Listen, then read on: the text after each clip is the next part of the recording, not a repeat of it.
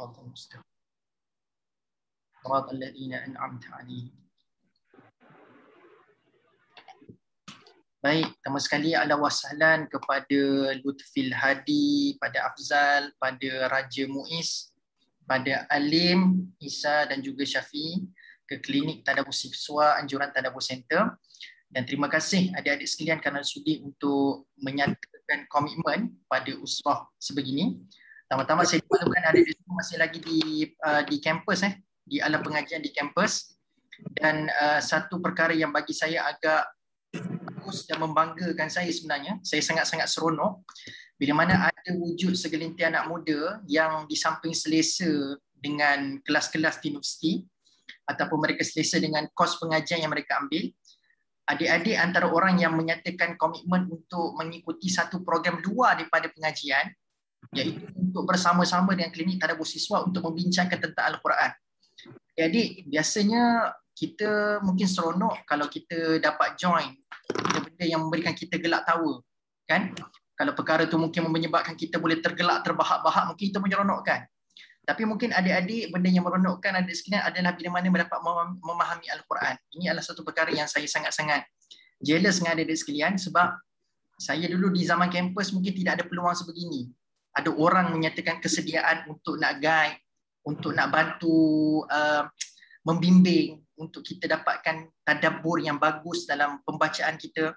Maka terima kasih sekali adik sekalian kerana menyatakan kesediaan dan komitmen.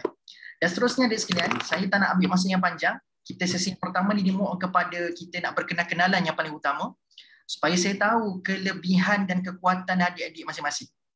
Dan jangan anggap saya dekat depan ni, dekat depan macam kelas dekat kelas.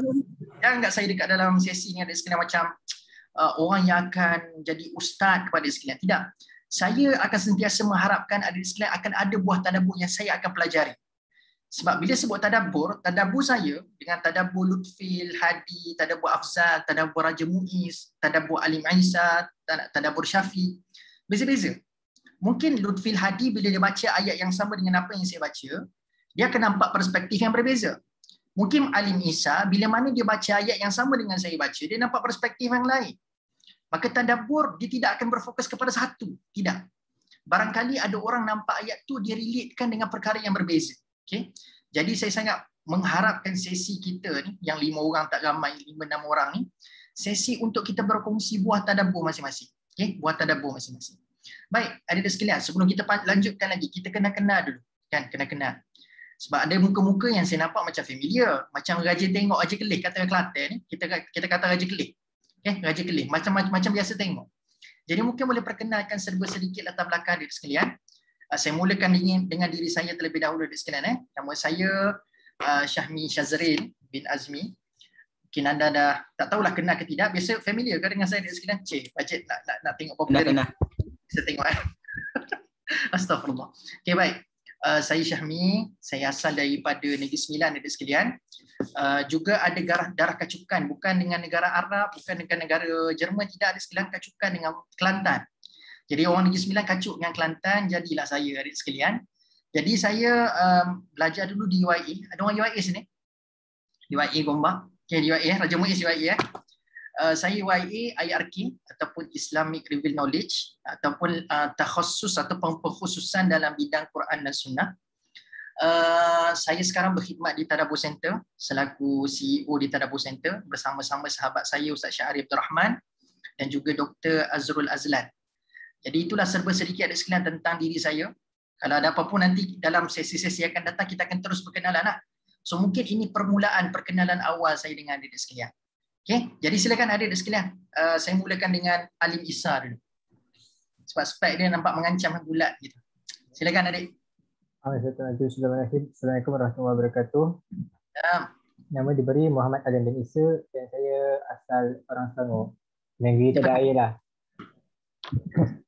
Daripada mana? Asal orang Selangor. Dia putus-putus Salim. Sekali lagi? Okay, saya boleh Nama diberi Muhammad Alim bin Isa. Okay, jelas. Saya asal orang Selangor. Orang Selangor, okey. Negeri tak ada air. Negeri tak ada air, insya-Allah. Ya ke Selangor Darul Ihsan ni Selangor Darul tak ada air gitu Tapi okey, dan Selangor di mana? Selangor di Hulu Langat. Hulu Langat. Hulu Langat. Saya dalam daerah Hulu Langat. Dalam. Tapi Hulu Langat, dalam daerah Hulu Langat. Saya duduk di Bangi, Kajang. Dekat Kajang. Sebab Kajang Bangi kan di dalam daerah Hulu Langat. Betul. Hulu Langat besar sebenarnya. Orang Hulu Langat lah. Okay. Betul. Dan saya sekarang ni melanjutkan pelajaran di UAE juga. UAE? Pusat Asasi UAE. Oh, di CFS? Sekarang ni dah SEM ketiga, SEM terakhir dah. Sekarang di Gambang ke? Tak, sekarang di rumah. Belajar di rumah lah. Oh, belajar di rumah. Online learning. Okey. Anda pernah jumpa saya ke di CFS sebelum ni? Rasanya tak pernah. Tapi saya pernah melihat Ustaz tu jadi panel jemputan program UAE sebelum ni. Oh, ya. Dengan ni ke? Di online ke? Ada. Ya. Saya okey, baik. Alhamdulillah. Jadi boleh tak saya nak tanya satu soalan? Kenapa berminat nak masuk klinik tadabbur ni? Sebab minat saya nak masuk klinik tadabbur ni sebabnya saya juga ada join macam usrah tapi dia panggil halaqah lah. Dalam halaqah ni kita ada 2 T, tilawah dan tadabbur. Lepas ada tilawah tu saya diajar untuk pilih satu ayat, kemudian ayat tu tadabbur. Apa yang refleksi balik apa yang kami dapat daripada ayat tu. Kemudian saya pun tadabbur tapi saya kurang pandai, kurang ilmu lah. Jadi Murabi yang ajar saya tu dia ada tegur-tegur sikit. Saya pun belajar lah dan saya pun rasa tak cukup ilmu. Saya rasa nak belajar dari platform yang sesuai untuk belajar. Jadi sebab tu saya join klinik tadabbur. Itu saja. Alim ambil kos apa tadi Alim di CFS? Kos Makom, Malay for International Communication. Malay? Malay, Masya Allah. So kena hati-hati cakap dengan Alim. Dia sangat menilai dan sangat pemerhatikan tata bahasa kita kata-kata. Saya pun biasa je. Orang Malay tapi nampak tak baku cakap. Ingatkan nak cakap baku tadi kan? Saya suka ke apa kan? Terima kasih ala wasalan Alim dalam klinik tadabbur siswa grup 2 ni. Ala wasalan. Okay, baik, ada lagi ke nak tanya tentang Alim? Kau nak tahu spek beli kat mana ke? Tak ada Okey, baik, seterusnya kita nak berkenal-kenalan dengan Afzal. Silakan Afzal.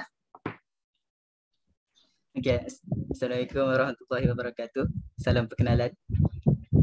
Nama dia beri Muhammad Afzal bin Muhammad Bakri. Belajar di UiTM, kos electrical. Elektronik electrical. Asal di syurga tapi stay di bumi. Masya Allah. Asal syurga asal syurga. Apa ni? Okey, orang Kelantan, Pasir Mas, Kelantan. Oh, baru lepas kes ada Pasir Mas baru ni. Baru baru lag mana orang Kelantan kita? Cikgu kita lag mana? Tahu tu. Tak patut ni. Apa ni 37 orang Pasir Mas kena higa hari ni. Lag mana Abah Hamzah ni? Okey, dapur di masjid tu lagi kot. Kena kita patah 2 kena kecek dia tu baru pakat nak sahut sikit SOP ni. Orang Pasir Mas. Sebelum ni sekolah Pasir Mas. Sebelum ni sekolah SMK Pasir Mas. SMK Pasir Mas. Okey. Electrical engineering kan tadi ingat? Electrical engineering. Lagu mana terjebak dalam bidang nak tadabbur Quran ni? Tak tahu lah Ustaz. Biasa kita nak terjebak dengan dadah tak? Tapi terjebak dengan mana? Hamzah? Tak tahu lah Ustaz. Minat ke lagu mana? Boleh kata minat lah Ustaz. Minat Tidak ada paksaan kok ada paksa masuk grup ni tak ada Ada. Okey, baik. Lagi Afzal apa lagi hak kita orang kena tahu tentang Afzal ni? Lutfi lah masuk Kelantan sikit-sikit Boleh Dia tak tahu gambar dia goyak ni masuk Kelantan gambar dia. Tak faham? Tak faham? Sikit Azad. Qalil. Qalil Masya Allah. Sikit saja saya nak meraihkan Afzal. Kita cakap KL Afzal. Boleh Ustaz, insya-Allah. Silakan Afzal. Apa lagi Afzal kita kena tahu tentang Afzal ni? Ada yang istimewa. Kata-kata yang tak sentiasa menginsafkan kami. Tadi asal syurga. Tanya kata apa benda cakap apa lagi. Tak ada apa yang istimewa. Insaf lah. Tak cakap dengan entah ni. Okay, silakan Afzal. Okey, Afzal asal Pasir Mas Kelantan. Lepas tu belajar UiTM, Electrical Engineering. Okay, baik. Kenapa nak join klinik tadabbur siswa ni, Afzal? Join sebab nak memahami cara untuk tadabbur, untuk memperkukuhkan tadabbur. Sebelum ni adakah buat mana-mana perkongsian dekat kampus ke, sama grup macam tadi Alim Bisa, dia ada usrah, dia ada kongsi dengan kawan-kawan dia. Saya pun ada usrah jugalah macam tu. Usrah jugalah, ada kongsi-kongsi pasal ayat Quran. Kongsian lah. Lagi nak tanya tentang Afzal tak? Sahabat-sahabat sekalian, adik-adik. Tak ada dah? Cukup dah tahu nama Afzal? Umur. Oh, umur. Umur 21. Muda lagi lah. 1 tahun, Masya Allah, muda lagi. Cukup 2 tahun lagi cukup dah tempoh penurunan Quran 23 tahun. 2 tahun lagi Okay, baik, silakan. Okay, ada lagi pasal Afzal selain daripada umur? Mojo tak ada status Okay, baik. Terima kasih Afzal. Kita nak kenal pula dengan ni Raja Muiz. Silakan Raja Muiz. Bismillah. Assalamualaikum. Saya nama diberi Raja Abdul Muiz. Tapi biasanya orang panggil Muiz lah. Saya pelajar UIA. Mungkin senior kepada siapa nama tadi yang pakai spek tadi? Lutfi lah. Tak tahu ni. Alim. Alim. Sebab saya dah final year degree. Tapi course lain lah. Saya bahasa Inggeris, dia bahasa Melayu. So saya dah final sem baru lepas habis saya punya FYP lah. Bahasa Inggeris Dia orang panggil TESOL. Bukan, saya punya bahasa Inggeris untuk komunikasi antarabangsa. Dia lebih kepada macam mana nak utilize bahasa Inggeris tu dalam any situation lah. Maksudnya any industri semua tu. So di UI Pago ke UI Gombak? Pago. Lebih kepada communication lah ni. Okay. Muiz tahu tentang tadabbur ni daripada mana? Ada pengalaman ke join usrah macam Alim dengan Afzal tadi ke? Pertama sekali sebab daripada Dean saya lah, Dr. Azrul. Masya Allah. yang tu memanglah daripada dulu. Daripada dulu memang kami pelajar dia semua memang tahu kan. Abi kami panggil dia. Lagi mesra. Lepas tu daripada mak saya lah. Mak saya memang mengaji di Tadabbur Center juga. Yalah. Jadi dari situlah. Sorry? Asal mana? Saya Selayang. Maksudnya dia pergi Tadabbur Center. Mak pergi Tadabbur Center di Bangi. Saya hantar kat Bangi. Masya Allah. Sekian salam sampaikan salam pada Mak Muiz nanti InsyaAllah. Terima kasih banyak-banyak pada maknya, ya Allah. So kesan daripada keluarga membentuk anak yang minat juga tadabbur. Kenapa join klinik tadabbur siswa ni, Muiz? Sebab saya suka explore. Apa-apa pun saya suka explore. Benda baik atau benda buruk. Sebab kalau buruk kita nak tengok perspektif kenapa orang buat. Kalau baik tu kita nak explore lah. Kalau benda yang kita boleh ambil. Jadi saya ada pergi kelas talaki, saya pergi ke kuliah masjid dan sebagainya. Jadi saya cuma sifat nak tahu je lah. Jadi macam tadabbur ni benda yang baru lagi. Kita selalu tahu macam tafsir ataupun kalau kita ada keadaan tu usrah macam tu lah, halaqah semua tu. Tapi kalau tadabbur ni benda yang baru lah. Saya tak tahu tadabbur ni dia lebih kepada apa macam tu. Faham. So lebih pada Muiz nak exploring new things, tetapi yang minat juga untuk dipeletakkan yang diketahui lah. Sebab bila kita nak ceburi benda yang kita nak tahu, mesti benda tu kita minat nak tahu kan. Ala wasahlan Muiz pada dunia yang mungkin akan menyebabkan 360 darjah hidup kita berubah, insyaAllah. Okay? InsyaAllah. Mengalami situasi Muiz di mana tak nak cerita sekarang, nanti nanti climax. Okay, silakan Lutfil Hadi. Bismillahirrahmanirrahim. Assalamualaikum warahmatullahi wabarakatuh. Pada semua sahabat, nama saya Lutfil Hadi, boleh panggil Lutfi. Saya belajar di OUM PJ dalam bidang psikologi. Sebelum ni di Indonesia, Medan, saya ambil counselling. Apa lagi? Itu kot perkenalan. Indonesia, berapa tahun di Indonesia tu? 2 tahun setengah. So degree di sana, lepas tu sambung master ke di OUM? Saya terpaksa untuk ambil degree lagi sebab untuk dapatkan sertifikat counselling. So tak, maksudnya Indonesia punya sertifikat tu tak diiktiraf sini? Ya, betul. Faham. So di Indonesia ni banyak juga kenalan kami di Tadabur Center yang ada di Indonesia. Bukanlah banyak, kami pun ada menjalankan hubungan kerjasama kajian dengan orang. Baru ni dengan Mayumi, dengan Majlis Ulama Muda Indonesia. Familiar nama tu.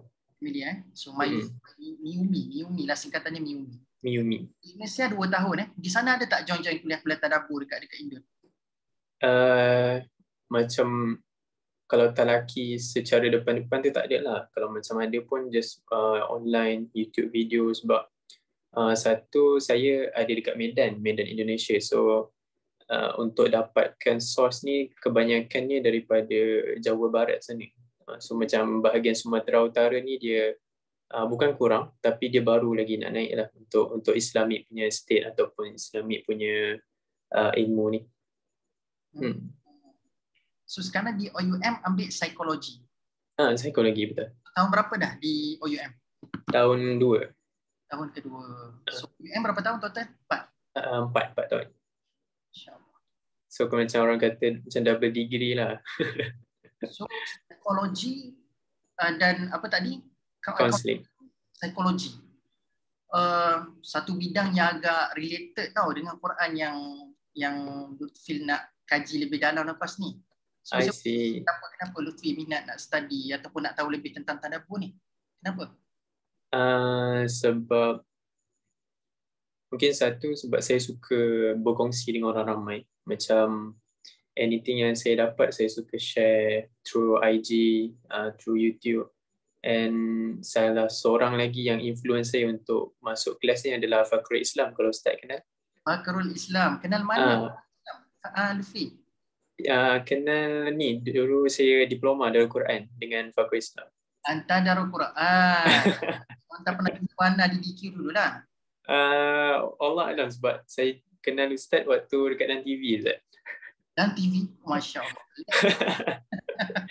Melalui TV anak kenal Ustaz. Ada anjuran perkemat dulu. Tak anak ke DQ. Dan ada banyak sekali dengan Ustaz Syahri. Ya betul. Anak banyak program juga dengan budak sijil. Sebab dulu anak sijil. Oh, I see. Anak QRAT dulu. Gen 10. Okay. Anak tahun 2015 batch ni lah. Fakrul Islam. Fakrul Islam. Sekali dengan Imran lah ni. Imran Zaki. Sekali dengan Dek Imran. Okay, baik. So Lutfi ni dalam dada Quran insya-Allah. Hafiz. Lagi Muiz hafiz Quran enggak ke? Muiz hafiz Quran enggak ke? Ada ngapa? Tak. Dulu adalah saya hafal-hafal gitu je, saya saja seronok hafal. Apa saja takut-takut 15 juzuk dah, tak apa. Saya 15 juzuk dah. Afzal hafal Quran juga? Tak. Saja nak tahulah, mungkin kita dah boleh berkenalan sikit. Belum. Quran?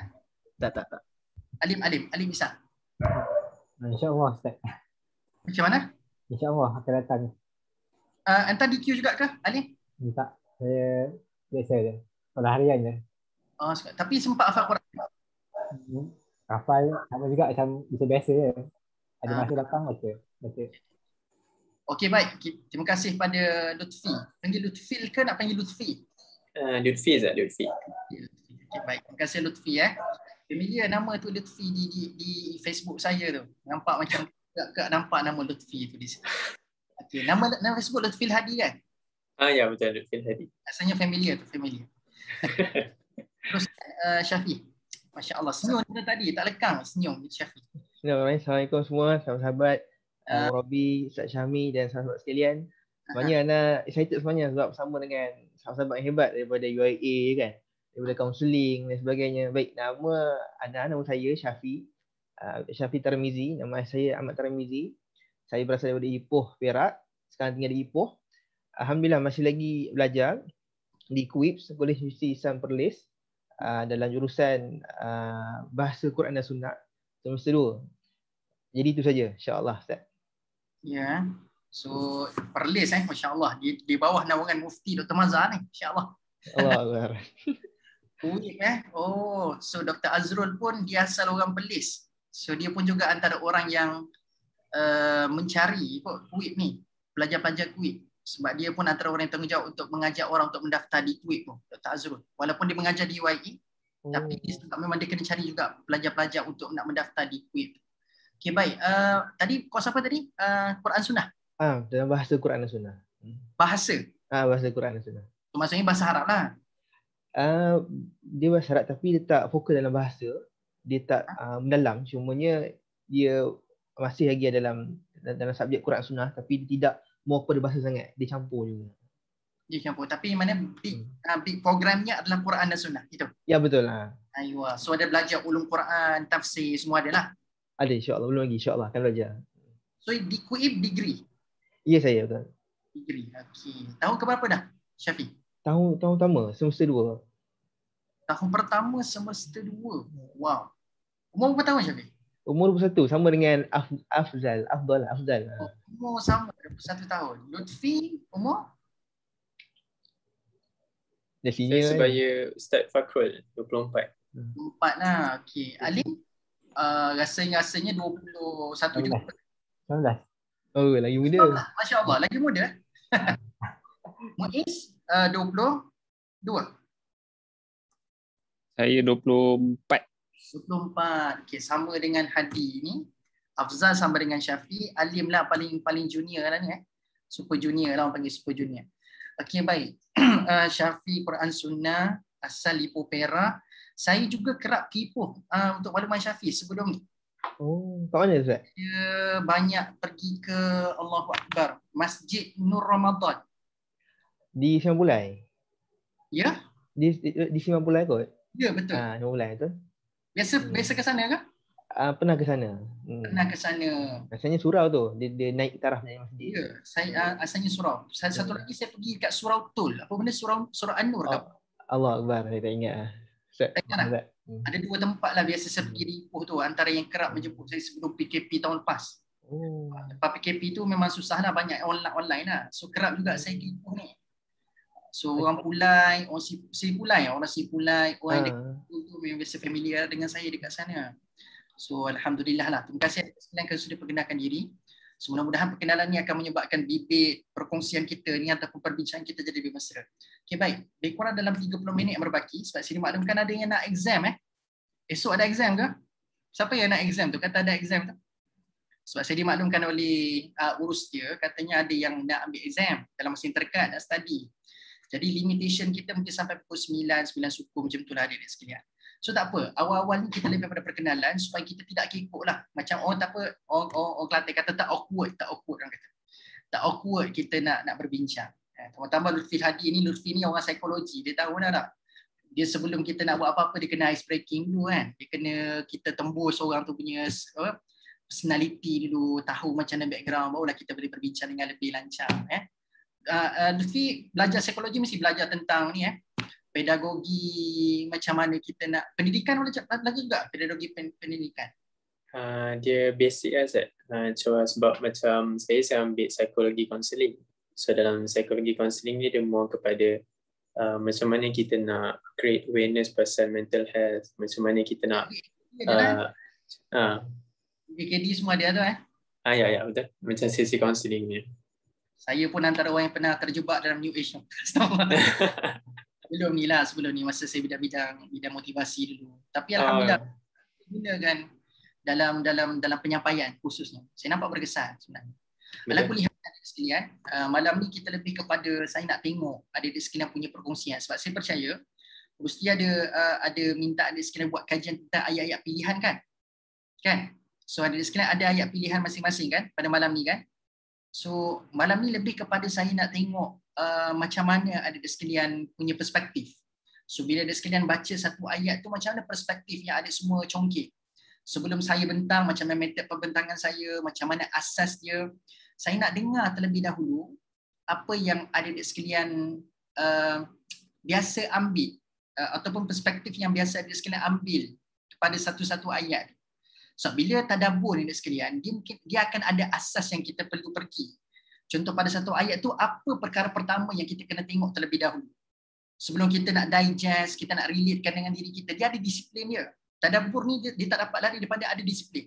Ya betul, dia akan menghasilkan buah yang berbagai, akan ada buah yang berbeza-beza, tapi dia tak lari daripada disiplin.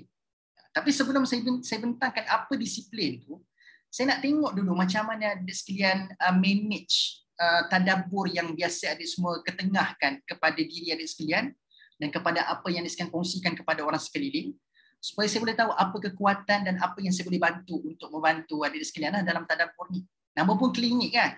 So klinik ni doktor takkan cakap dulu. Sebab isteri saya doktor. Kan? Klinik ni doktor takkan cakap dulu. So biasa dia akan tanya apa yang orang tu sedang rasa. Sakit dada ke, tengah batuk ke. So biar adik semua lontarkan dulu buah tadabbur sekalian, baru saya akan cuba tengok apa kekuatan dan apa yang sama-sama kita boleh perbaiki untuk perkemaskan lagi tadabbur. Boleh Okay, baik. Saya tak nak tuju. Kok ada siapa yang rasa bersemangat nak mula dulu? Kok lah. Saya rasa ustaz malam ni kalau saya tak jadi yang pertama, saya tak senang tidur malam ni. Kok ada yang macam tu? Kan? Kok lah ada ke? Sebab saya dah dapat ayat masing-masing ni. Saya tengok dekat sini ada dalam database yang diberikan pada saya, ada ayat-ayat yang telah diberikan. Saya dah baca, saya dah tengok ada ayat tu. Dah sempat study sikit lah apa ayat yang bakal dikongsikan oleh adik-adik malam ni. Okey, baik. Siapa? Lutfi nak mula dulu? Saya. Okey, nak letak dulu sebab dia yang unmute. Seseorang yang unmute. Rasanya macam dia ke? Allah. Siapa yang unmute tu? So, tak apalah. Dia bukan kebetulan tu. Mungkin ada tangan-tangan gaib yang tolong. Kan, ayatnya. Rasanya grup lain tu ke Ustaz? Macam mana? Sebabnya apakah mungkin tak dimaklumkan untuk ayat pilihan ni, tapi salah satu mungkin yang saya seronok lah untuk kongsikan dengan orang ramai adalah daripada surah Yusuf, ayat 86, daripada ayat 84 sehingga ayat 86. Ya. Di mana ya betul. Di mana saya first rakan-rakan saya kongsi, Imran Zaki Fakhrul Islam kongsikan pada saya, dia menyatakan bahawa ayat ni sebenarnya dekat dengan kita, dekat dengan psikologi manusia, yang di mana manusia kebanyakannya merasakan sedih. Manusia kebanyakannya rasa macam, perlu ke untuk aku menangis? Aku rasa macam emosi ni tak perlu untuk diraikan. Tetapi kita tengok pada kisah Nabi Yaqub AS, yang di mana dia kesedihan. Akan tapi dalam sedihnya tu, sedih yang disandarkan kepada Allah SWT. Jadi bermula pada ayat, Ustaz, terima kasih Ustaz. Bermula pada ayat wa tawalla anhum wa qala ya asafa ala Yusuf. Kira bertemu dengan ayat ini sehingga ayat qala inna ma ashku basi wa huzni, meraihkan satu yang namakan dalam konsep psikologi, dinamakan kaedah ini kita meraihkan emosi orang, iaitu empathy. Kita meletakkan seolah-olah kita berada dalam diri seorang tu, dan bagaimana kita nak counter perasaan tu biar kembali pada Allah SWT. Sebab apa yang saya nampak dalam ilmu psikologi ada dipanggil sebagai A, B dan juga C. A ni maksudnya activating event, mana kata apa segala yang terjadi ini adalah macam sunatullah. Tapi ini barat punya kaedah lah. Cuma dia berbeza dengan kita sebabnya pada B, belief system ni dia tak letakkan pada Allah. Dia cuma letakkan kalau aku usaha 100% aku akan dapat 100%. Kalau aku tak usaha aku tak akan dapat benda ni. Dan C, consequences, dia maksud kesan setelah apa yang kita lakukan. Jadi kalau tengok pada ayat qala inna ma ashku basi wa huzni ila Allah wa a'lamu minallahi ma la ta'lamun, mengatakan bahawa kalau kita sedih sekalipun, kalau kita rasa emosi kita tak diraikan sekalipun, Allah ada tempat untuk kita menedu. Jadi itulah yang saya rasa terinspirasi, dan saya rasa ayat ini dekat dengan konsep psikologi yang saya belajar. Bagus sebenarnya Lutfi, bila mana relate dengan kos yang diambil. Dia akan jadi nampak Quran ni punyalah dahsyat ilmu dia, sampai kita yang study psikologi ni pun boleh relate dengan Quran. Kadang-kadang tengah buku, kita tengok dia macam sesuai untuk budak banner lah, budak-budak yang ambil bahasa Inggeris macam Muiz sebagai contoh kan. Buku tu sesuai untuk kos tu, tapi rupanya Quran punya luas cakupan keilmuan yang Allah bawa ni, Allah Al-Hakim bawa ni, dia boleh cover pada ilmu sains yang kita belajar pada hari ini. So ni antara bukti kemukjizatan Al-Quran lah. Ataupun kita panggil sebagai i'jazul ilmi. Satu istilah yang mungkin adik-adik semua akan familiar lepas ni, iaitu namanya i'jaz. Apa maksud i'jaz? I'jaz ni maksudnya kemukjizatan. Okay, kemukjizatan. So ilmi, i'jaz ilmi. Apa maksud i'jaz ilmi? Kemukjizatan sains. Ulum tu kan kita panggil sains kan, ilmi tu maksudnya sains. So ini antara ni. So bukan sains membuktikan Quran, tapi Quran membuktikan sains. So seperti mana Lutfi punya perspektif tadi lah. Bila dia baca, dia nampak macam relate dah dengan apa yang aku baca. Cuma Lutfi, saya tertarik. Mungkin tadi Lutfi dia macam kekok lagi kot first time dia nak kongsi. Dia macam sikit-sikit je dia bagi sikit-sikit dia makan. Dia bagi macam kulit tu, dia bagi kita rasa kulit dulu. Tak rasa dia punya dalam lagi. Bagus dari sudut perspektif yang maksudnya Lutfi dapat relate dengan kos yang Lutfi sedang ambil. Cuma kalau menarik kan, kalau Lutfi ayat ni dia dibawa dalam konteks ataupun dalam perspektif kenapa ayat 86 tu datang. So sebab bila kita nak tadabbur, pertama-tama bila kita nak berkongsi buah tadabbur kita pada orang, kita kena bawa orang kepada satu situasi. Kenapa ayat ni kena aku kesankan dalam diri? Saya namakan teknik ni ataupun saya namakan fasa ni adalah fasa kita sedang bertanya satu soalan dekat diri. Kenapa aku nak orang ramai kena tahu tentang ayat ni? Macam tu. Aku dah terkesan dengan ayat 86 ni sebab aku tahu kisahnya.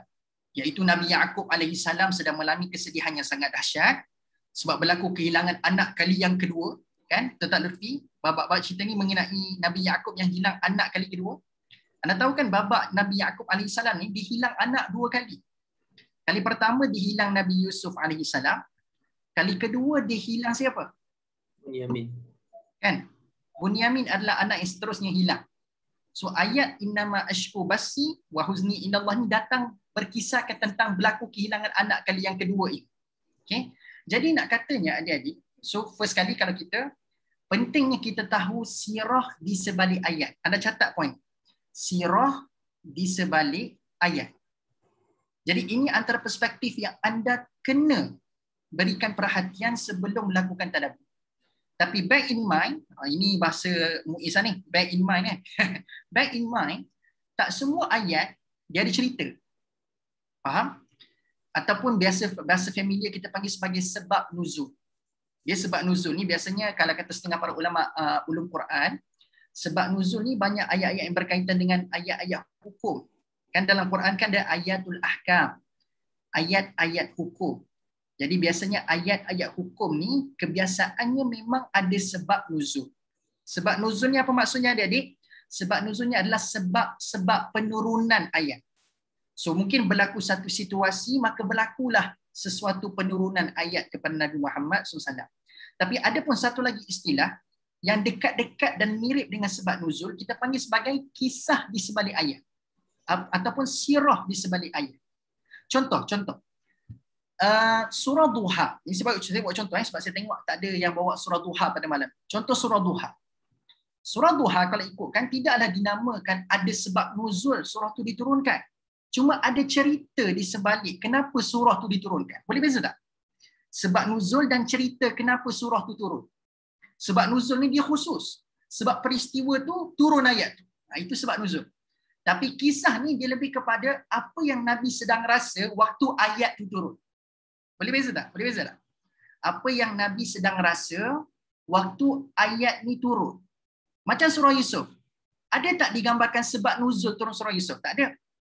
Tetapi apa Nabi tengah rasa waktu surah Yusuf turun? Dan ada ulama mengatakan Nabi baru lepas diuji dengan apa? Kematian isteri Khadijah binti Huwailid. Dan Nabi baru lepas diuji dengan kematian pakcik yang banyak support dia dalam dakwah, iaitu Abu Talib. So dikatakan tahun kesedihan Nabi tu, waktu tu Allah turunkan surah Yusuf. Jadi itu bukan sebab nuzul. Dia lebih kepada apa situasi Nabi waktu ayat dan surah tu turun. Boleh differentiate tak sebab nuzul dengan sirah di sebalik surah ataupun sirah di sebalik ayat? Boleh beza tak adik-adik? Jadi ini antara perspektif yang adik-adik kena berikan perhatian. Boleh saya katakan inilah bonus terkuat untuk anda memperkukuhkan tadabbur. Dan ini juga antara perspektif yang akan memandu anda supaya tak keluar track. Sebab ada orang tadabbur tetapi dia liar. Anda tahu tak liar? Dia tadabbur ikut dan dia. Dia rasa macam, wah ayat ni macam kena ni. Nampak macam boleh ni nak bawa ataupun nak share. Dia pun share. Dia bantai. Kalau kena masuk track, masuk. Kalau tak masuk track, habis. Jadi penting tahu sirah di sebalik surah ni supaya anda berbincang tentang ayat tu kena konteks. Dia kena situasi.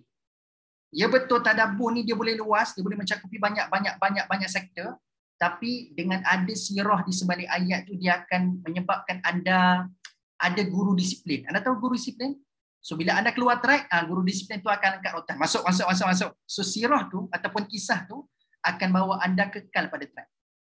So sebab tu penting macam surah Yusuf ni tak dapat nafi dah, memang keseluruhan cerita dalam surah Yusuf 111 ayat ni memang semua cerita. Tak? So kita tak bimbang sangat. Tapi macam ayat-ayat lain, perlunya anda membelik Quran ataupun anda kena belik satu kitab-kitab lain untuk anda tahu apa cerita di sebalik surah tersebut ataupun ayat tersebut. So apa kitab kita nak tengok? Yang ni saya bagikan adik sekalian supaya anda boleh buat homework balik rumah nanti. So ada tak kitab-kitab yang bagus untuk kita tahu tentang perkara ini? Ada adik-adik. So kalau anda nak tahu tentang perkara ini, ada tak kisah di sebalik ayat tersebut? Anda boleh buka, yang ni tak perlu anda beli. Anda just kena buka website je adik-adik. Saya tunjukkan dekat depan. Ada keluar tak website punya preface kat depan? Ada tak? Ada kan? Okay. Ada. Anda type English tafsir.com. So, kat sini anda akan nampak ni, www.englishtafsir.com. Ini kelebihan pada Muiz lah. Dia orang BI, orang English kan, sebab memang dalam bahasa Inggeris. Sebab saya percaya tak semua orang ada kemahiran boleh faham bahasa Arab, tetapi anda boleh wujudkan motivasi untuk tahu bahasa Arab adik-adik. Cuma kalau tidak ada kemampuan berbahasa Arab, kalau nak tahu apa sirah di sebalik surah ataupun apa kisah di sebalik ayat, inilah website yang bagus. Dia adalah tafsir Tafhimul Quran karangan Sayyid Abul A'la Al-Maududi. So anda boleh tekan website ni. Anda tekan website ni. So anda boleh tengok semua surah ada dekat sini. So contoh kan tadi kan, bila anda nak kata contoh, anda nak tahu tentang surah Yusuf. Okay, anda pun buka lah surah ke-12. Surah Yusuf. Anda tekan. So dekat sini, part yang anda boleh berikan perhatian adalah objects of revelation. When and why reveal.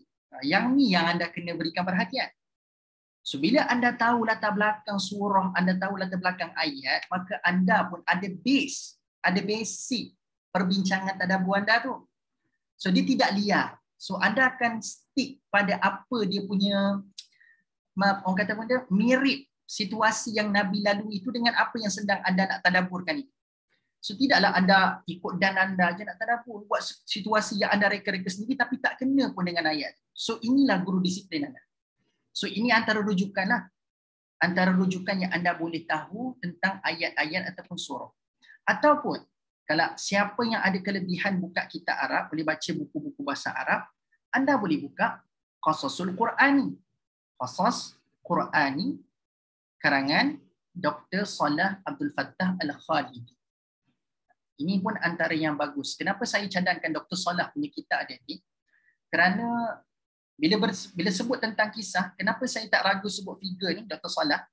Kerana Dr. Salah ni antara orang yang, ataupun figur ulama tokoh tafsir, yang sangat-sangat berdisiplin dalam menyampaikan kisah dan orang yang sangat keras menolak Israiliyat. Anda pernah dengar terma Israiliyat adik-adik? Ke first time dengar? Israiliyat ke apa dia? Israiliyat. Pernah dengar tak Israiliyat kan? Pernah dengar. So, Dr. Salah ni orang yang menggalakkan kempen kita boleh hidup sihat tanpa Israiliyat adik-adik. Faham tak? Sebab hari ni ada orang yang dia tak boleh pisahkan diri dengan Israiliyat. Dia kalau boleh nak juga ada tokok tambah tu untuk menyedapkan cerita. Tapi Dr. Salah punya disiplin adalah apa yang Allah cerita maka itu sudah cukup untuk kita tahu. Tetapi apa yang Allah diamkan, bukan Allah tak suruh kita ambil tahu, tapi Allah nak seolah-olah nak menyampaikan kepada kita, mungkin barangkali itu tidak penting untuk kita tahu. Jadi Allah cuma sebut benda yang penting untuk kita tahu.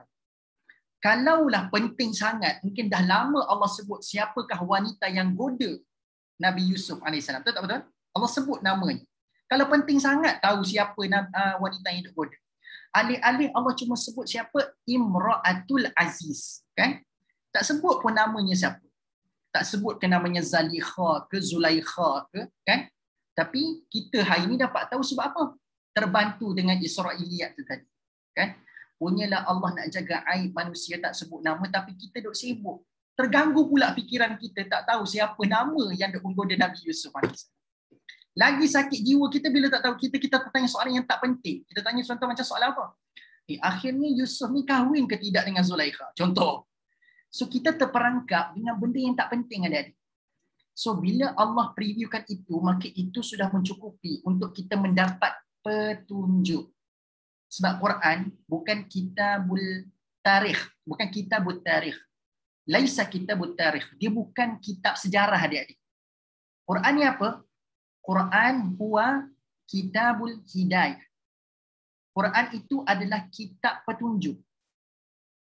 So kalau kitab petunjuk, dia tidak perlu tertakluk dengan semua kena cerita. Kalau anda baca buku sejarah, penting kena ada nama, betul? Penting kena ada di manakah lokasi tempat itu berlaku. Dan sangat penting untuk anda tahu siapa nama orang yang terlibat. Tapi Quran bukan sebegitu. Quran ajar kita untuk jadi orang yang super fokus. Fokus kepada apa yang Allah kasih penting untuk kita tahu. Okay, baik So Lutfi. So saya cadangkan pada Lutfi, Alim, Syafi, Afzal, Muiz. Boleh ambil perspektif ni sebagai disiplin untuk kita mentadabbur ayat-ayat selepas ini. Bila anda rasa tersangkut dengan satu ayat yang anda rasa macam anda nak tadabbur ayat tu, study dulu. Ada tak sirah di sebalik ayat? Ataupun saya sedang baca ayat ni dalam surah mana? Macam mana keadaan Nabi pada waktu itu? Dan adik-adik, tak perlu nak bimbang sangat. Mungkin anda rasa ustaz saya ni bahasa Inggeris pun susah nak faham. Kalau macam Muiz tak apalah, dia bahasa Inggeris ni macam kawan je. Tak. Tapi saya ni bahasa Inggeris ni rasa jam juga. Bahasa Inggeris ni ustaz tak boleh nak baca ni. Sahabat saya Ustaz Syahari, saya tu patutnya buku dia, saya letak nombor 1 untuk rujukan anda. Sahabat saya Ustaz Syahari, anda pernah dengar tak buku Kompas 114? Pernah dengar? Tak apa, saya ambilkan untuk adik sekalian.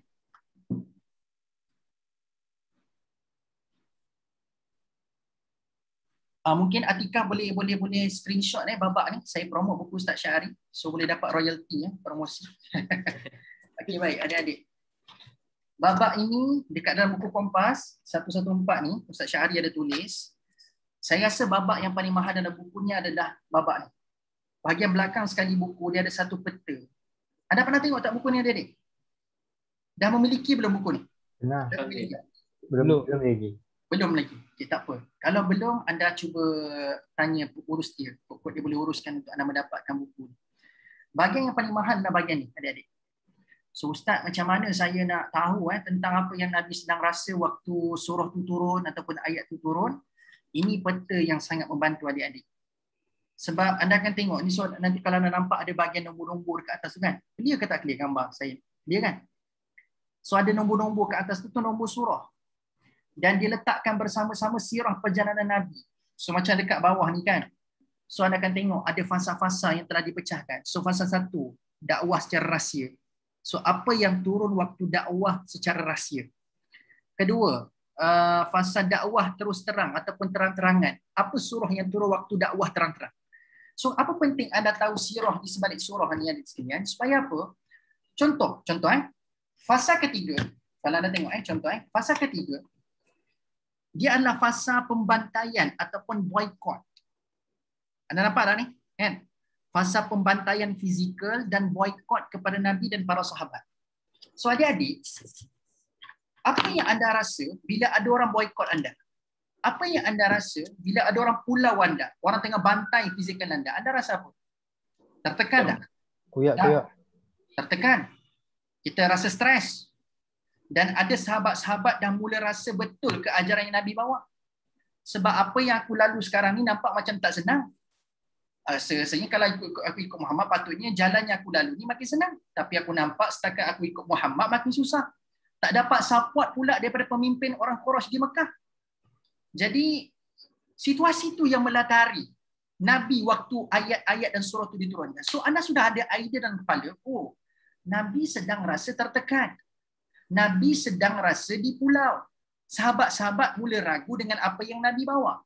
So cuba anda tengok surah tu, ternyata segala pengisian dalam surah yang turun pada fasa itu sedang memberikan motivasi untuk keep calm, bersabar.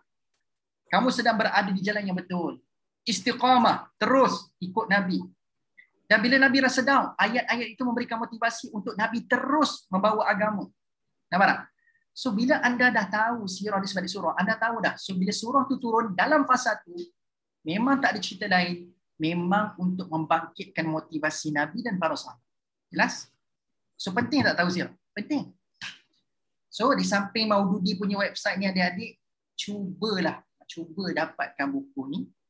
Kalau anda boleh baca semua buku ni, baguslah. Buku ni bukan buku bahan bacaan adik-adik. Ini buku rujukan.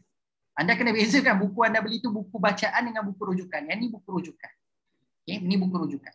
So babak yang paling penting bagi saya paling mahal dalam buku ni adalah babak ni.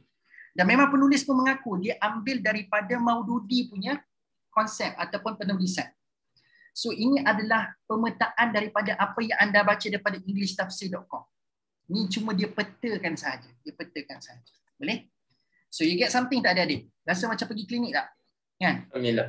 Kan? So this is very important. Sangat-sangat penting untuk anda tahu sirah di sebalik surah.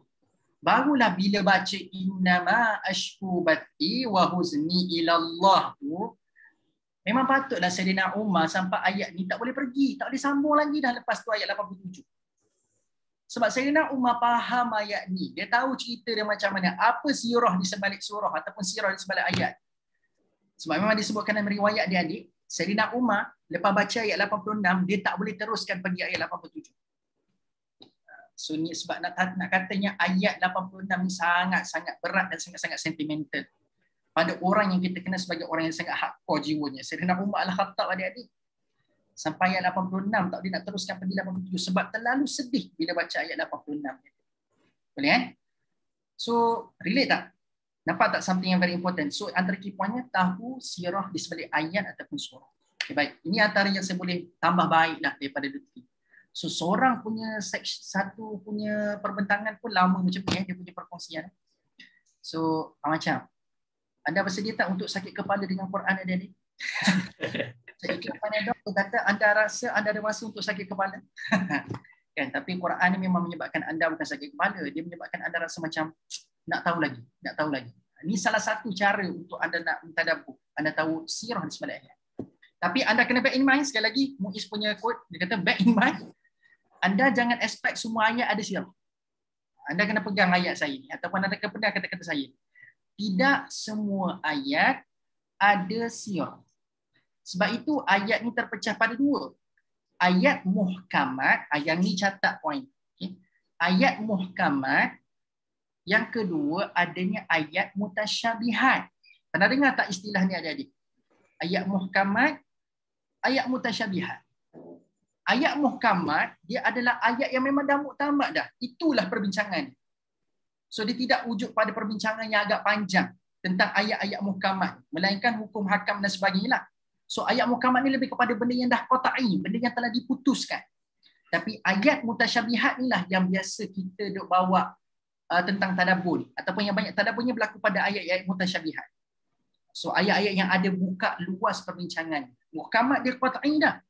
Dia cerita pasal ayat tu. Contoh macam ayat Allah kata, ya ayuhanna sukulu mimma fil ardi halalan tayyiban. Allah kata kena makan makanan yang halal. So memang dah ayat tu muhkamat. Memang qata'i kata memang kita sebagai manusia kena makan makanan yang halal. Ada perbincangan lagi dah? Tak ada. Memang Allah dah qata'i kan, dah putuskan dah. Itulah hukum dia. Makan makanan yang halal lagi baik. Nampak? So ayat tu jelaslah kita kena sami'na wa ata'na bila apa Allah suruh pada kita buat.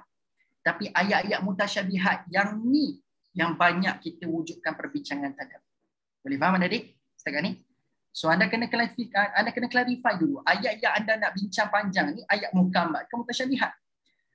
Anda boleh bincang ayat muhkamat, tapi percayalah adik-adik, bila anda bincang ayat muhkamat, dia tak akan lari daripada anda sekadar bincang hukum hakam ayat tu. Contoh dah cerita pasal hutang ke sebagai contoh, hukum hakam tentang puasa ke. So apa yang anda boleh bincang tentang ayat tu? Cumalah berkisarkan tentang hukum hakam ataupun fiqh tentang ayat tu. Nampak? So itu muhkamat. Yang tu kita tak mahu kacau sebab itu qad'ai daripada Allah. Dia terputus jelas oleh Allah. Kita nak bincang panjang ayat mutasyabih. Boleh faham adik? Okay. So ini antara poin saya nak kongsikan. Dia bukan sekadar untuk Lutfi je, untuk semua orang boleh dapatkan poin. Okay, baik. Mungkin tak sempat dengan semua malam ni. Okay. So ada yang kecewa ke tak sempat semua bentang? Oh Ustaz, Farah tak ada. Saya mungkin nak buka satu lagi perbentangan. Satu je lagi sebab saya nak raikan sebab katanya ada seorang yang nak exam. Saya tak tahu siapa yang nak exam tu. Kan? Tapi kita cuba berhentikan pukul 9 supaya tidak panjang sangatlah klinik ni. Kalau jumpa doktor lama-lama pun adik-adik kita pun rasa nak balik cepat. Ya. Tapi so kita pun kita cuba minimizekan perbincangan. Kita just dengan 2 perbentangan malam ni tapi anda boleh dapatkan asas-asas tadabbur tu adik-adik boleh. Lepas tu saya akan buat recap tentang apa asas yang penting kita melakukan tadabbur. Okey baik. Terima kasih Lutfi telah memberikan satu startup yang sangat bagus. Silakan siapa lagi yang nak rasa dia nak kongsi. Dia rasa kalau dia tak kongsi malam ni dia tak boleh tidur. Boleh Ustaz, saya cuba Ustaz. Afzal. Okey baik, silakan Afzal. Afzal Ni secara tak apa ni, tak kaji lah. Ni secara spontan lah. Tak apa, Afzal ya. Saya tengok Afzal akan bentang surah ni Surah Yusuf juga sebab kita tukar ayat dah. Tak ada ayat spesifik sebab tak ada cakap yang spesifik. Spesifik. Okey baik, silakan. Saya share tentang ayat yang ketiga Ustaz. Ayat ketiga surah Yusuf. Ayat ketiga surah Yusuf. Okey baik. Surah Yusuf juga ramai yang suka surah Yusuf ni. Kenapa Dia memang suka baca sebab ada isteri tengah pregnant ke? Gua. Tak apalah. Itu juga bila satu lagi ada sebelum saya nak minta Afzal bentang. So bila anda tahu sirah di sebalik surah, anda pun akan mula mengkaji amalan-amalan yang sangat dekat dengan rakyat Malaysia pada hari ini. Contoh kan, orang Malaysia ni bila dia baca surah Yusuf, asal surah Yusuf ni untuk apa? Untuk ibu yang sedang mengandung. Kan tak? Katanya sebab ibu mengandung ni kalau baca surah Yusuf tak pernah miss, katanya apa? Anak yang bakal keluar tu nanti akan handsome persis Yusuf alaihissalam lah. Katanya. Tapi bila anda tahu sirah di sebalik surah, anda boleh review balik apa yang menjadi amalan rakyat Malaysia pada hari ini. Betul ke surah ni memang kalau baca boleh dapat anak tampan lagi handsome macam saya? Contoh. Kan? Tapi nak kata adik-adik sekalian, so ini kepentingan anda tahu sirah di sebalik surah tu benar. Okey boleh Silakan Afzal. Ayat ketiga Okey, nahnu naqussu 'alaika. Silakan Afzal. Ini secara ringkas dia menceritakan tentang kami menceritakan kepadamu wahai Muhammad kisah yang paling baik dengan mewahyukan Al-Quran ini kepadamu dan sesungguhnya kamu sebelum itu termasuk dalam kalangan orang-orang yang tidak mengetahui. Bila saya membaca ayat ni Ustaz, bila Allah menceritakan tentang kisah Yusuf ni adalah antara kisah yang terbaik yang diturunkan.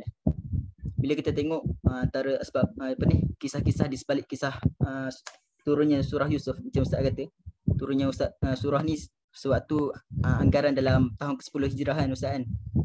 Di mana waktu tu Rasulullah ni kehilangan isteri baginda dan kehilangan Abu Talib yang mana menjaga baginda. Bila kita tengok dalam pattern yang Allah ceritakan dalam surah Yusuf tentang mempercayai takdir Allah. Orang kata kita ni bila membaca surah Yusuf, satunya bila melihat kesedihan kita ni, Allah janji dengan satu janji kita ni akan bahagia. Kalau tak bahagia di dunia, bahagia di akhirat insya-Allah. Di mana kalau kita tengok dalam pattern surah Yusuf, waktu mula-mula Yusuf dibuang ke dalam sumur, lepas tu diangkat balik, dijaga oleh pemeliharaan. Orang kata apa ni? Dijaga oleh Al-Aziz kan. Lepas tu dia masuk ke dalam penjara. Lepas tu dikeluarkan ke dalam penjara. Menunjukkan tak semestinya benda yang kita merasa sesuatu tu benda tu baik, itu baik di mata Allah. Dan sesuatu yang kita rasa benda tu buruk di mata Allah. Yang perlu kita tengok dan nilai adalah adakah benda tu sesuatu yang baik untuk Islam? Adakah sesuatu benda tu yang kita buat, yang kita praktikkan, adakah benda tu membawa satu membawa kebaikan untuk Islam ataupun tidak? Kita belajar hari ni, macam saya kos elektrik. Adakah kos elektrik yang saya dapat memanfaatkan kepada Islam? Ataupun kita ambil dalam satu side lain, mungkin orang tu diuji bila melihat pada surah Yusuf, yang mana Allah janji kan, satu janji kalau kita tengok dalam surah Yusuf ayat yang ke-90, yang 4 ayat selepas Abang Lutfi cerita anak dia kan. Saya buka.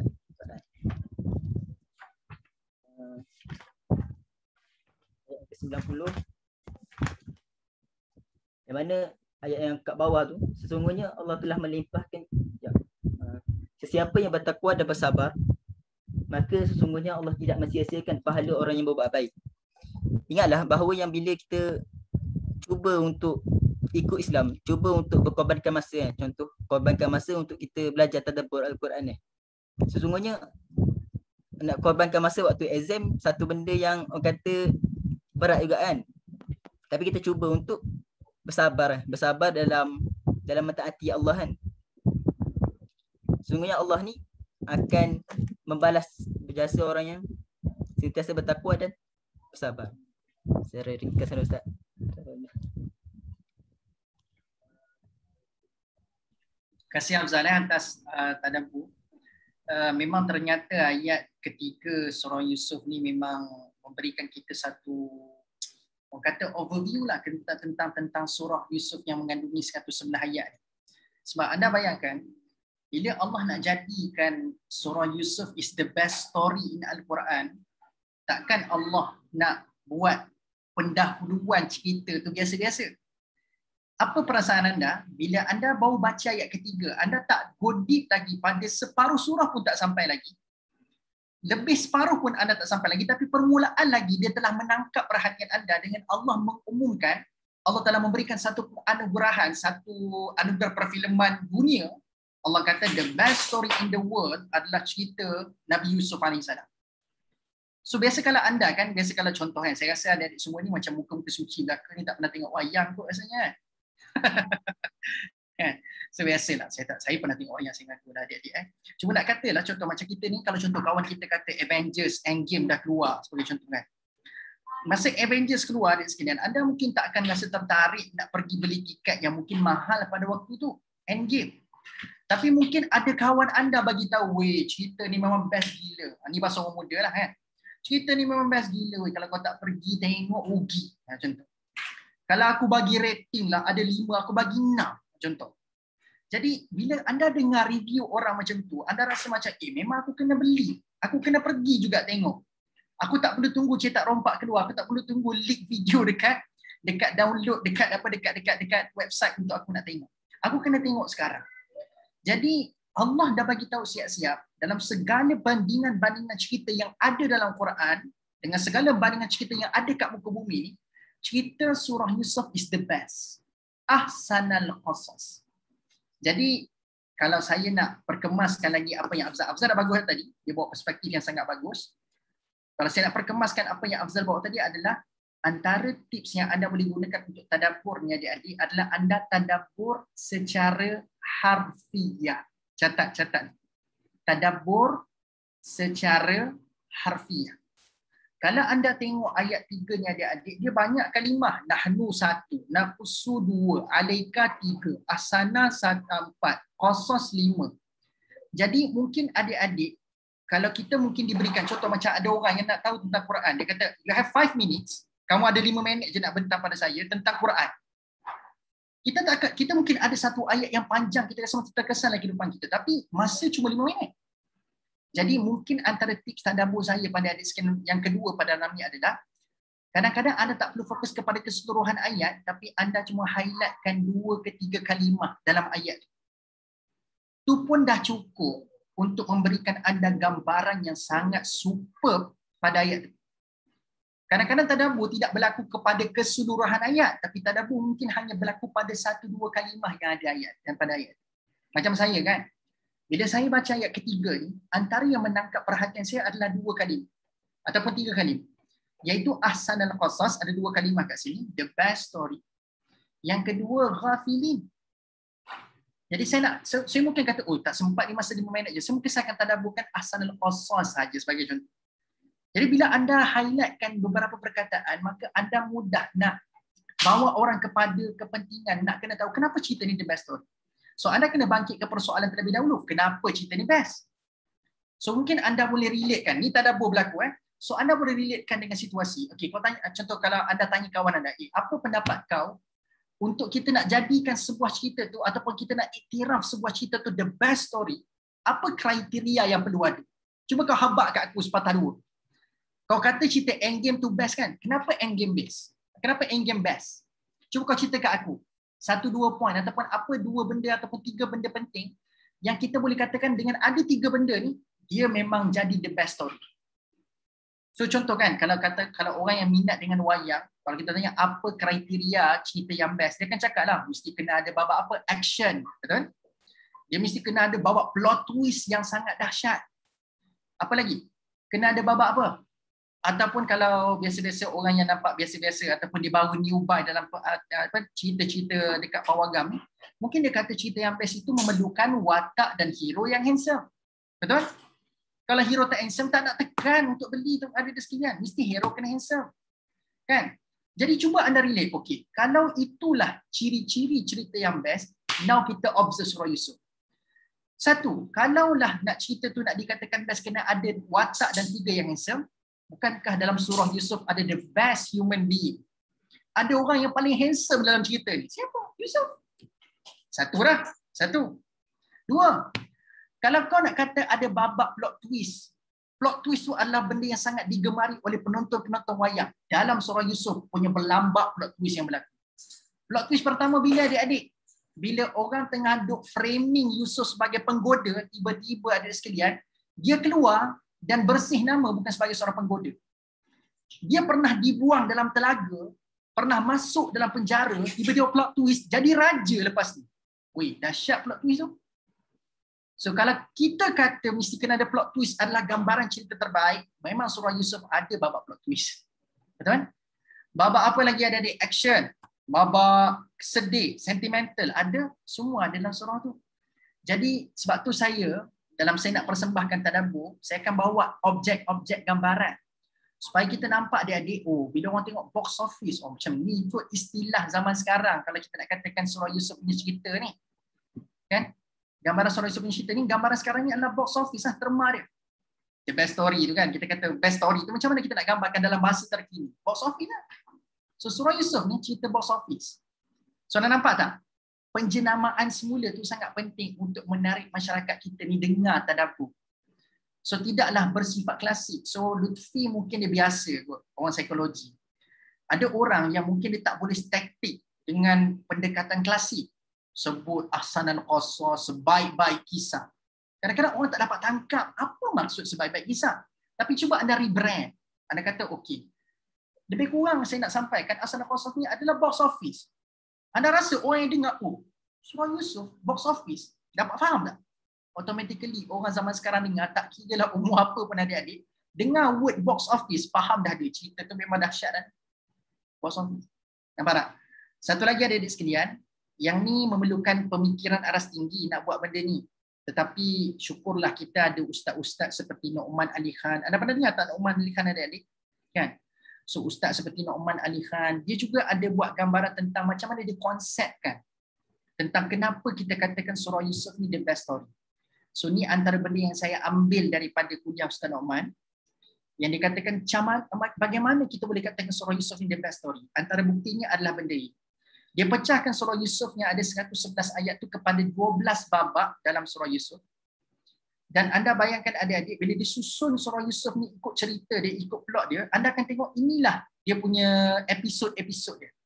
Episod pertama, surah Yusuf dimulakan dengan apa? Mimpi Nabi Yusuf AS. Inni ra'aitu ahada asyara kawkaban. Kita semua tahu surah ini dimulakan dengan mimpi Nabi Yusuf. Apa berlaku lepas mimpi? Abang-abang dia buat konspirasi. Umban dia dekat dalam telaga. Betul tak betul? Itu flow cerita dia kan? Sambung lagi. Apa berlaku lepas tu? Lepas dia kena kutip, bawa pergi istana. Apa yang berlaku? Godaan Imratul Aziz. Itu episod 3. Kan? Episod 4 apa yang berlaku? Lepas dah kena goda dengan Imratul Aziz, orang-orang dekat bandar Mesir semua tengah duk membawang pasal apa barang perempuan raja iaitu Imratul Aziz goda hamba, apa kes. Contoh, masa tu viral lah dekat Facebook dengan Instagram waktu tu adik-adik. Isteri Raja Mesir duk goda Nabi Yusuf AS. Viral masa tu adik-adik dekat Facebook Mesir lah waktu tu. Jangan dah nampak literal sangat adik-adik. Masa tu tak ada Facebook lagi, tapi viral lah maksudnya adik-adik. Viral waktu tu. Isteri Raja Mesir menggoda hambanya sendiri. So mungkin tak nampak kelas. Sebab itu wanita-wanita Mesir duk membawang dekat Mesir pada waktu tu. So untuk nak mengesahkan yang aku goda ni bukan orang yang calak, yang bukan kaleng-kaleng, bukan biasa-biasa, maka berlakulah babak tuan sekalian, adik-adik sekalian, dia jemput wanita-wanita Mesir yang duk membawang pasal dia tu datang untuk kenduri dekat istana. Kan? So berlakulah babak seterusnya, episod seterusnya godaan. Seringkan cerita, lepas dah dituduh menggoda wanita Mesir, masuk penjara. Dekat dalam penjara tu tiba-tiba dapat cerita Raja Mesir tengah bermimpi. Anda tahu kan mimpi Raja Mesir adik-adik? Kan? Ada 7 ekor lembu gemuk. Dimakan oleh 7 ekor lembu kurus. Kan? Anda tahu tak? Sab'a baqaratin simani ya'kuluhunna sab'un ijaf. Wa sab'i sumbulatin khudrin wa ukhra yabisat. Kan? Ada 7 ekor lembu gemuk. Dimakan oleh 7 ekor lembu kurus. Dan ada 7 tangkai yang kering. Ada 7 tangkai yang hijau.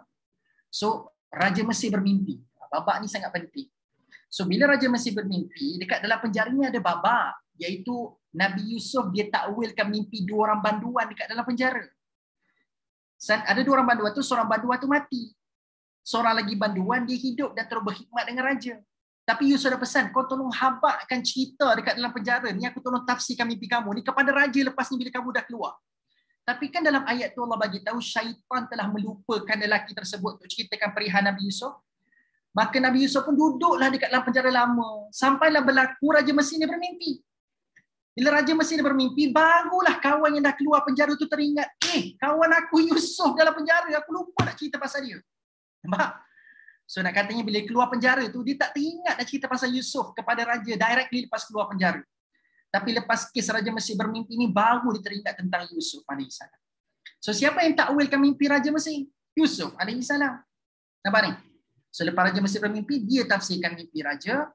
Lepas tu Yusuf dibebaskan daripada penjara, wanita Mesir mengaku salah, Imratul Aziz mengaku salah, abang-abang dia pula mengaku salah dengan kes cupak raja tu. Anda tahu kan adik-adik kan? Cupak raja punya kes tu. Yang dia buat satu plot iaitu nampak Bunyamin mencuri. Kan? So, abang dia mengaku salah lepas itu dan mimpi Nabi Yusuf AS ditafsirkan. Baik, kenapa Nu'man kata dengan berdasarkan episod-episod yang disusun ini, kita akan nampak surah Yusuf is the best story. Macam mana bukti dia? So anda susun 1 sampai 6 dan 7 sampai 12. Bermula apa cerita permulaan surah Yusuf? Mimpi Nabi Yusuf. Apakah penutup episod cerita Nabi Yusuf? Mimpi Nabi Yusuf ditafsirkan. Nampak tak Aaron? Permulaan dikaitkan dengan pengakhiran. Abang-abang dia buat konspirasi pada episod 2. Cuba anda tengok episod second last. Siapa yang bertaubat? Abang-abang dia yang bertaubat. Godaan Imratul Aziz berlaku dekat episod ketiga. Bila Imratul Aziz bertaubat dekat episod ke-10. Nampak tak dia punya pertemuan kisah? Awalan dengan akhiran. Godaan wanita Mesir kat episod 4. Episod 9 wanita Mesir mengaku salah. Episod 5 di penjara. Episod 8 dibebaskan dari penjara. Episod 6 bermimpi Raja Mesir. Episod 7 ditafsirkan Raja Mesir punya mimpi. So nak katanya adik-adik, adakah kebetulan awalan dengan akhirat itu nampak macam intersect? Nampak macam bertemu di antara satu sama lain? Kebetulan ke ni? Tak. So bila Allah nak sebut, nak bagi pengiktirafan, this is the best story, punya hebat Allah susun plot cerita ni, awal akhir sama. Kata Nu'man, this is the perfect symmetry. Perfect symmetry. Inilah gambaran Allah punya susunan perfect symmetry. Mana nak cari satu filem boleh susun babak macam ni? Bermula dengan episod kesedihan musibah diganti dengan episod kegembiraan pada 6 episod terakhir. Dan 6 episod kegembiraan yang terakhir itu adik-adik sekalian tidak disusun dalam bentuk yang rambang sahaja, tapi disusun dengan bagaimana episod kesusahan pada 6 episod yang pertama. Dia berlaku dalam perfect symmetry. Sebab itulah bila Allah nak bagi cerita ni the best story, bukan sekadar memang Allah sengaja nak sebut the best story. Tak. tapi dia punya plot dia, gambaran cerita dia, siapa watak dia, apa genre cerita ni, semua dah cover sekali adik-adik.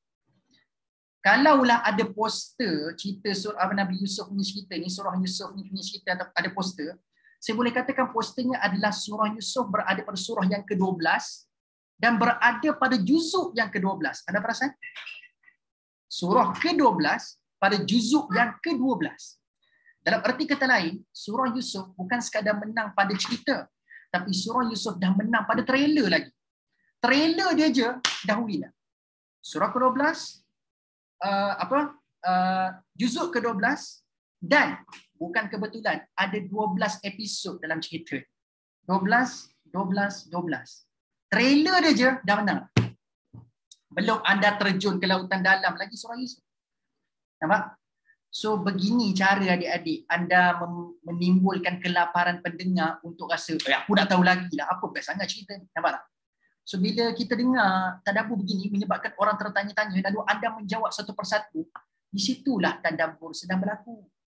Sebab itu nanti antara penting jagaan surah Yusuf ni adik-adik, kalau anda nak mendapat tadabbur, pentingnya anda menjadi orang yang sebegini adik-adik. Sekejap Mana sekejap? Ni. Nak dapat sesuatu, tak kira saya namakan sebagai tadabbur lah. Kalau sebab Allah kata surah Yusuf ni the best story. Kan, cerita terbaik. Tapi macam mana kita nak jadikan cerita ni terbaik? Macam mana kita nak dapatkan pengisian terbaik daripada cerita ni? Maka Allah kata ayat ini akan berkesan ataupun surah ini akan berkesan pada orang-orang yang as-sa'ili. Orang yang banyak bertanya. As-sa'ili, soal adalah orang yang banyak bertanya. So anda nampak tak metod apa yang saya aplikasikan tadi adik-adik? Saya banyak gunakan aplikasi metod apa tau? Metod timbulkan persoalan masa anda sedang membaca ayat.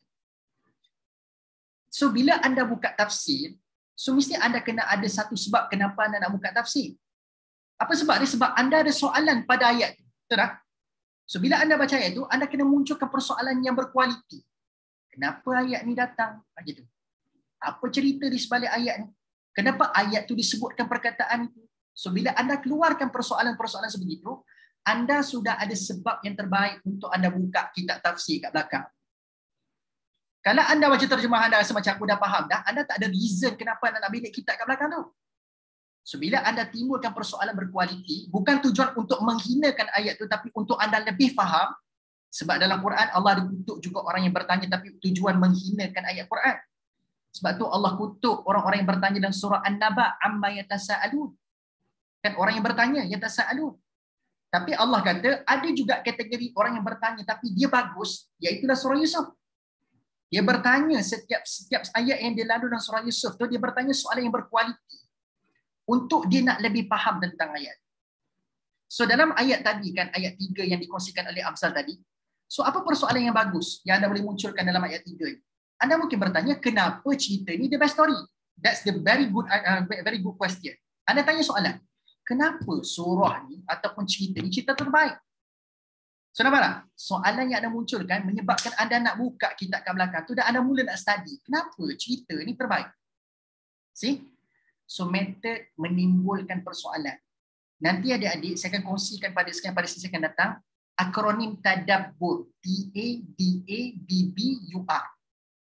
Dan salah satu daripada akronim itu adalah B, bertanya soalan. Bertanya soalan. TADABBUR kan? B, bertanya soalan. Bukan B, A, ajukan soalan. A tu pada TADA tu, DA tu, A, ajukan soalan. So ajukan soalan pada siapa? First kali pada diri sendiri. Iaitu apa persoalan yang sangat penting untuk saya tahu tentang ayat. Faham? So bila anda ajukan soalan, ini teknik kedua, anda akan ada motivasi untuk nak buka kitab kat belakang. Kalau anda tak ada soalan, anda tak ada motivasi nak buka kitab-kitab yang berat kat belakang tu. Boleh? So 2 tips besar lah saya kongsikan pada sekalian pada hari ini. Yang pertama adalah anda kena tahu sirah di sebalik ayat ataupun surah. Yang kedua, anda kena ajukan persoalan yang berkualiti tentang satu-satu ayat. Tapi anda kena niatkan apa? Niat untuk istifham, untuk saya lebih faham. Bukan niat untuk istihza. Bukan niat untuk menghina dan mengkritik ayat tu. Sebab kalau anda berniat untuk mengkritik ayat, anda akan dapat kritikan pada ayat tu. Anda akan dapat poin-poin kritikan. Tapi kalau anda niat bertanya untuk faham, maka anda akan dapat persoalan untuk menambahkan kefahaman. Jawapan untuk menambahkan. Niatkan as-su'al lil istifham, jangan niatkan as-su'al lil istihza. Boleh Boleh semua adik-adik? Wallahu a'lam. Habis nafas saya cakap ni adik-adik. Boleh So malam ni ringkas 9.30. Anda bayangkan adik-adik, kita bukan duk sembang pasal awak ni malam ini. Kita duk sembang pasal benda-banda yang anda rasa berat ke apa saya kongsikan pada malam ni? Cuba komen seorang-seorang. Berat tak apa saya kongsikan? Okey tak? Dapat digest tak apa yang saya kongsikan? Muiz macam mana? Dia macam saya rasa sesi 1.5 jam tak cukup lah. Tak apa, insyaAllah. Tapi ini sekadar permulaan. So sebab tu macam doktor kan, bila dia bagi tu, dia tak bagi terus semua ubat. Tak. Dia akan fokus kepada penyakit dulu. Penyakit apa? Kalau sesama, bagi ubat sesama. Tak. So kita bagi 2 ubat je malam ni dulu. Boleh kan? Saya bukanlah topik pun adik-adik. Saya lebih kepada nak kongsi macam mana pengalaman saya dan macam mana cara kita untuk berdisiplin dan ada buah tadabbur yang berkualiti pada setiap pembacaan Al-Quran kita. So 2 tips malam ni. Apa tadi? Cuba ada ulang balik yang pertama apa adik sekalian? Pertama benda saya kongsikan. 2 tips saya kongsikan. Tips besar. Pertama benda? Surah di sebalik ayat. Surah. Ayat dan surah. Yang kedua apa? Ajukan soalan. Ajukan soalan. Baik. So terima kasih pada Afzal, pada Lutfi kerana sudah berkongsi. Syafiq, Alim dengan Muiz bukan tanda anda terlepas ya. Kita akan sambung pada sesi yang akan datang insya-Allah. Anak saya daripada tadi lagi duk tunggunya. Say hi tu abang-abang. Hai tu abang-abang. Assalamualaikum abang. Assalamualaikum. Waalaikumsalam. Terima kasih adik-adik sekalian kerana sudah luangkan masa. Siapa yang nak exam tu, bitaufiq wan najah, muwaffaq insya-Allah. Mudah-mudahan Allah berikan kejayaan. Saya tak tahu siapa yang exam tu, cuba angkat tangan sikit. Siapa? Alim ke? Saya ada exam hari Khamis. So Bahagia. Afzal lah orang ini masya-Allah. Tapi bersemangat nak jadi orang yang berkongsi malam ni. Asim pun nak exam juga. Anak saya Asim nama dia. Okay. So adik-adik sekalian, terima kasih sekali lagi. InsyaAllah kita jumpa pada sesi akan datang. Anda nak screenshot gambar ni? Ustaz ambil gambar Ustaz. Ambil gambar? Macam mana gambar tu? Screenshot kot. Screenshot Tapi Ustaz guna laptop ke? Macam mana saya guna laptop? Kenapa? Laptop lebih luas kot. Saya guna phone. Okay. Tadi Syafiq dah dapat screenshot slide ke? Dah dapat? Ana dah screenshot dah. Tapi kalau Ustaz tak izin, Ana padam lah. Macam mana? Ana dah screenshot dah. Tapi kalau Ustaz tak izin, Ana padam lah. Tak apa. Silakan. Okay, boleh. Alright. Boleh. Saya punya idea saya, tapi Ustaz Norman, saya just petakan saja dekat dalam bentuk slide. Alright, Ustaz. Anda nak bagi kredit daripada Ustaz Norman lah. Itu memang idea Ustaz Norman tu. Okay. Kredit pada Ustaz Norman. Okay, baik. Kita ambil gambar sikit adik-adik. Saya lepas potong rambut ni nampak gemuk sikit. Nampak? Astaghfirullahaladzim. Atikah ada, astagfirullah. Ada muslimat semua dalam. Okay, baik. Terima kasih. Jadi sekarang kita ambil gambar sikit. Buatlah muka paling handsome, paling comel adik-adik. Okay. 1, 2, 3. Tak jadi. Okay, sekali lagi. 1, 2, 3. Okay. Terima kasih adik-adik sekalian. Kita jumpa lagi pada sesi akan datang. Okay, insyaAllah. Assalamualaikum warahmatullahi wabarakatuh. Kita tangguh dulu dengan membaca tasbih kafarah wa suratul asri. Subhanakallahumma bihamdik. Asyhadu an la ilaha illa anta, astaghfiruka wa atubu ilaik. Bismillahirrahmanirrahim. Wal 'asri innal insana lafi khusrin illa alladziina aamanu wa 'amilus shalihaati wa tawassaw bil haqq wa tawassaw bis sabr. Adik-adik, saya sangat hargai kalau adik sekalian boleh kongsikan apa sisi pandang sekalian pada perkongsian malam ni. Tak kira di Facebook ke, di Instagram ke. Macam Lutfi kan suka berkongsi di Instagram dan di Facebook. Yang lain-lain pun boleh kongsikan supaya kita sembahkan gelombang. Rupanya dalam lockdown ni ada lagi jiwa-jiwa anak muda yang bersemangat nak mentadabbur ayat Allah Subhanahu Wa Taala. Yang bersemangat nak perbaiki walaupun bukan dalam bidang dia, tetapi dia nak tahu sebab Quran ni adalah untuk semua. Inilah tagline Tadabbur Center pun, Al-Quran untuk semua. Okey, untuk semua. Okey, bolehlah kongsikan apa yang disekian dapat malam ni supaya lagi ramai kawan-kawan rasa macam berminat untuk melakukan tadabbur. Insya-Allah. Okey, assalamualaikum adik sekalian. Jangan lupa makan malam ya. Kita dah makan dah. Kita buka puasa tadi. Alhamdulillah Ustaz. Kita dah senang insya-Allah. Selamat. Okey, selamat semua. Assalamualaikum. Assalamualaikum. Jazakallah khair. Wa iyyakum.